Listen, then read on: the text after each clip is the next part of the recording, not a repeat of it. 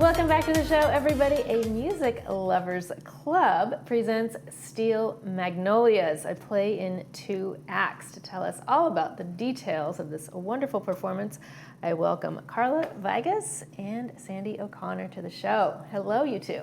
Hi. Hi. Great. Welcome. Thank you. And we're very excited. Steel Magnolias was premiered off-Broadway in 1987. So you can see how long this show has survived its popularity, both through play and through a movie that came out that even increased the popularity of it. Right. But this is the play, and it takes place in Louisiana, in a small town with 6 women who spend a lot of time in this beauty shop, because it's not just about getting their hair done, it's about the friendship, the caring for each other, the talking about what's going on in their town. And it is just a very touching and at sometimes very emotional play. You know, I didn't think that I had seen it, or I had heard of it, of course, until you said beauty shop, and then Julia Roberts Yes. sort of stuck in my mind. Yes. So I think I did see the film, Sure. probably in the 80s or I when it think came everybody out. has seen the film. And if not, they should. And Yes. they should come see this play also. Yeah, the play. The Sounds play like is it's the gonna thing, be yes. extraordinary. So we're very fortunate to have a great cast, but we have a special feature, which Carla will talk about, which is the food that she prepares for each one of our productions.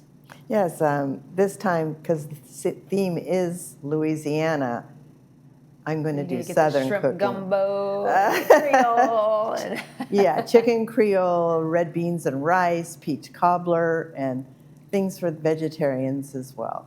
You know, we have salads and a vegetarian jambalaya. And Sandy has previewed some of my dishes because we had to experiment. Usually I Yes. cook Italian because I'm 100% Italian, and this is, you know, something different for me. But I love to cook. I have the cooking column in the Globe.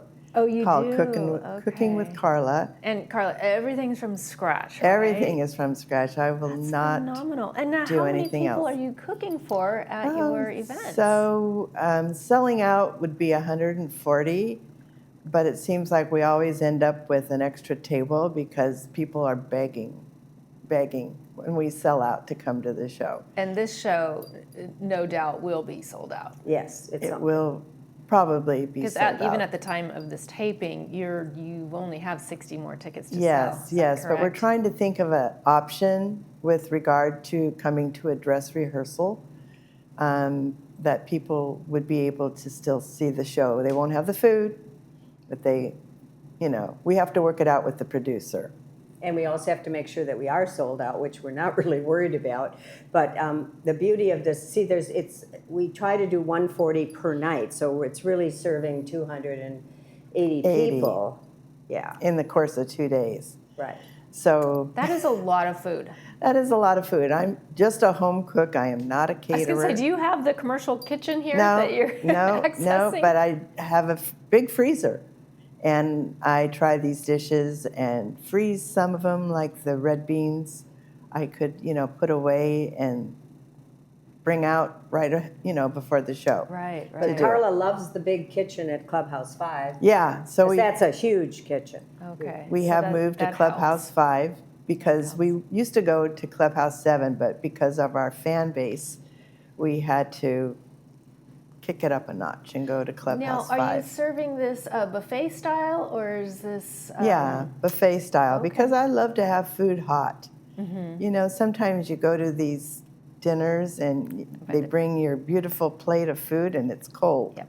I don't do cold. Yep. So, I can attest to that from many galas that I've gone yeah, to. isn't that the truth though? Yes. Yeah, I'd rather have a buffet and everybody can have hot food. Right, right. Oh, and I'm also not going to make it spicy. There's a difference between Cajun Louisiana food and Creole. Creole is more just vegetable based with some spices, but I will have various hot sauces for those people who want it make it hot. Yes, of course, you can always add later. Yeah. Now, the performances are taking place March 4th and 5th. What time should people arrive? What time do the doors open? What time does the play start? We're going to have dinner it. served? Good, thank you. We're going to have a GRF bar starting at 4:30. At 5 o'clock, the doors will open. At 5:30, dinner will be served. And then at 6:45, the performance will begin. And it's about a 2-hour show with an intermission. Now, that includes the intermission because it's a regular play, which is normally a couple of hours. But we have, at first we didn't do that, and now we are doing it, and it's still no problem. People stay, they love the shows.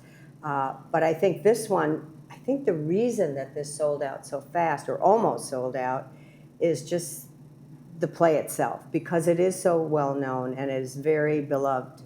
You know. Yeah, why do you think that the movie or the play is so enduring to audiences decades later?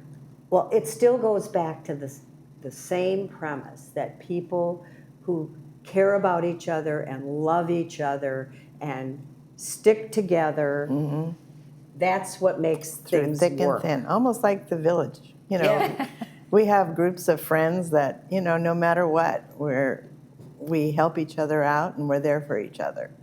So I think that's why, too, it's a really wonderful play. And it's also funny. There's a lot of funny lines. Yeah, it's laughs. Very funny. And there's also a very emotional part in it. But if you saw the movie, you probably know what that is. So, and one thing I found out that I didn't know about the author, Robert Harling, is that he wrote this play because his sister had passed away from diabetes, and that's part of what is talked about in this show and explained with Shelby, the daughter, who has very bad diabetes.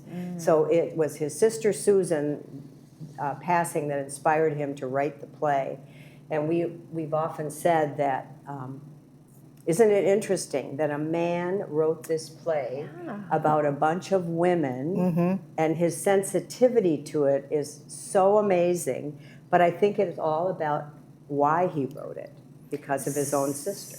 Yeah, so, and the play really enhances how that sisterhood is really long-lasting. It sure Right. is. Yeah, And that's the true. impression you get as you watch it and enjoy all the laughter. A lot of laughs. And then a few tears are thrown in there, too. Whoa. It wouldn't be a great movie without, right? Yeah, Right, Or a exactly. great play. Tissues will be provided, just saying. Yeah. Just in case. So just to kind of look ahead to the year, I don't want to give away any secrets, but you always sell out at all your events. Right. Can you give us a sneak peek at what's up next for Music Lovers Club? Well, we have dates. It'll be in July and November. The November, we don't know what we're really doing in July yet, but in November, we're going to do a musical cabaret. Fantastic. And we had that on our Calendar. second show that we did. And my son, Johnny Fletcher, does musical theater. His girlfriend is in it, and his fiance. And then that really went well. But the thing is, this is our 6th show, and we always sell out. So I don't know. Maybe we need a week of shows. I don't know. But we're very happy to have this quality going on, and notoriety, and people recognize this flyer that we always do is always beautiful. this Nope, style, it's always done very by classy. Amelia Carey, who lives in the Fantastic. Village too. And Oh, she great does. graphic artist, for sure. All right, So we're still mulling around about the July. June 30th, July 1st, yeah. Okay. All right. Well, March is Steel Magnolias, March 4th and 5th. Thank you. Thank you, ladies. Always a pleasure. Thank Good you. luck with so that. You're watching This Day on Village TV. We'll be back after these messages.